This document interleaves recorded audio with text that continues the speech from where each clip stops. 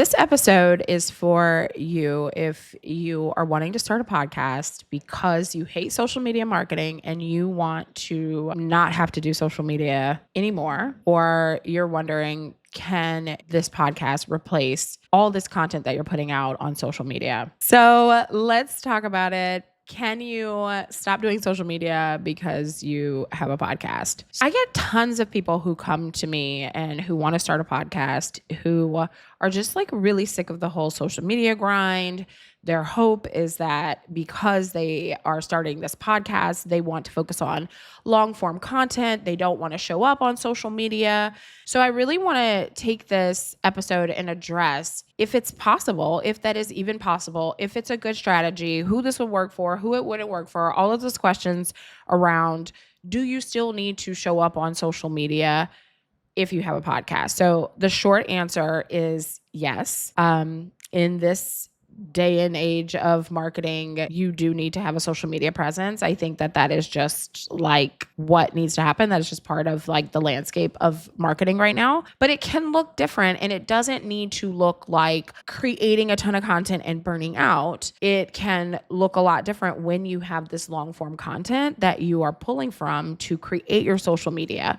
So the goal should be to use your podcast and leverage this content that you're creating through your podcast to not have to work so hard on social media. So should you still have social media? Is it still a good idea? 1,000%. Is short form video still needed in your business or still going to help your business? 100%. Doing just long form, can you still grow your business from just doing long form? I think the answer is yes. I think the answer is that long form content and doing evergreen content is essential for your business, even more essential than doing short form right now, because right now that is the thing that's all the rage. And I have been around long enough to see how marketing shifts and how it changes. And the people who really win in marketing and who are sustainable are the ones who build foundational marketing systems in their business and not just focus on social media output, if that makes sense. So what I have seen since I've been in this digital marketing space is when I started, the big things were like social media wasn't really a thing. It was blogging, it was email, it was SEO, and those things are really big. And then I saw the shift happen where social media really blew up, and a lot of people abandoned those foundational things of let's put out this long form content that's evergreen. Let's focus on having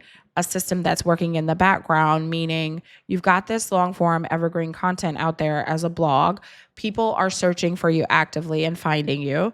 And you build your email list, you send out your emails, like just really foundational, basic things that people abandoned because you were seeing really quick traction on social media. That's also why social media is really beneficial to your business, is because you do receive feedback really quickly. You can get instant feedback. You can reach people quicker.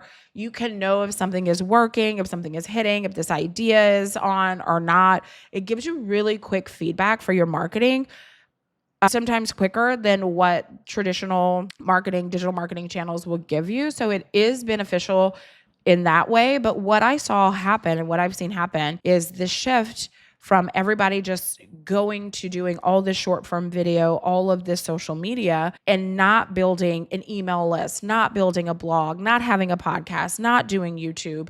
And what I've seen happen time and time again is, and I don't want to be like a fear mongerer and talk about this because it really irritates me when people are like this and use it to sell their own thing. But, I have seen people's accounts disappear overnight where that is their entire marketing and they don't own it. Instagram owns it. Facebook owns it.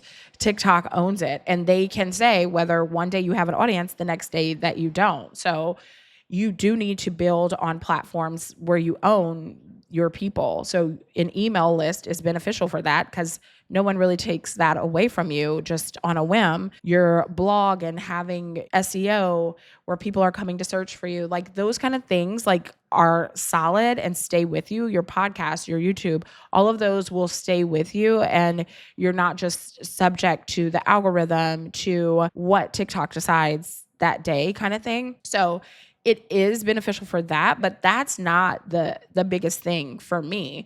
The biggest thing for me is the way that I like to look at it, and the difference that I tell people is like one form of this marketing is like having a checking account, and one form is like having an investment account. Every time that you put long form content, evergreen content out there in a blog, in a podcast, in YouTube, that content is like depositing into an investment account. That is going to grow. That is going to build on, it's like earning compound interest over time. It's going to get better and better. You're going to attract the right people more and more. Your SEO is going to build. People are going to find your older things.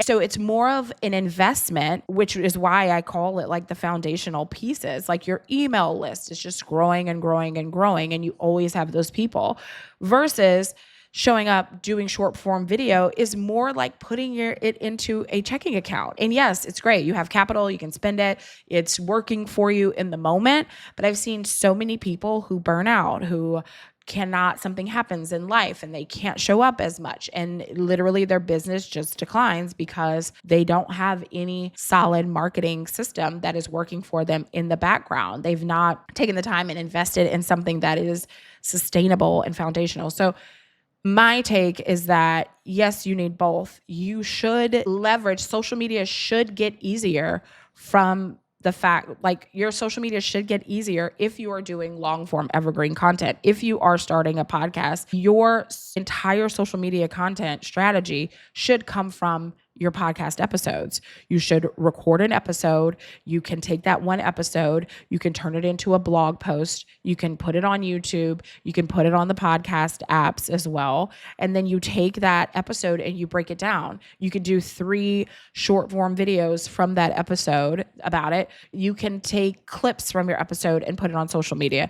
You can do B-roll with the same idea. So it should be doing the heavy lifting. So it shouldn't be where you're just showing up and opening your phone and trying to think about what you're going to say every single day. It should be systematized where it makes sense. It makes it easier for you. You don't have to do so much heavy lifting. So that aversion that you have to social media, or the reason why you want to get out of social media, is because it's like such a heavy lift. It should not be a heavy lift anymore once you do it in the right way, coming from your long form content. So yes, I think you still need social media as a business, depending on what platform, depends on how much you need. Like if you're trying to grow a TikTok, if you care about growing a TikTok, you'll need more content than if you're trying to grow on Instagram. All the platforms are different and require different things. So you kind of have to decide how much you want to do, or if you really care about growing, or if you just want to have your Instagram there and have content there because it does serve as sort of a website or a landing page. You know, one of the first things that people do now is they look up your social media. And when they see you as a business, they look up your social media. They are looking for cues, whether they like you, they can trust you, your credibility. Those things are important. So if you want to have that where it's just like a standing thing that has content, like this is an easy way to pull from it. And maybe your focus is not on growing your social media channels, but just being there as a landing page. Although I think that you should dig a little bit into the strategy if you're going to use it. And, you know, try to grow on the channel, obviously, because the more places that you show up, the more you're going to grow in your business. So that's my take. I don't think that a podcast is going to replace your social media, but you should definitely be leveraging your podcast to make your social media easier. So you don't have to recreate the wheel. You need to put it together in a marketing system. If you want to learn more about that, you can come over to my school community. The link will be in the show notes, and I will see you in the next episode.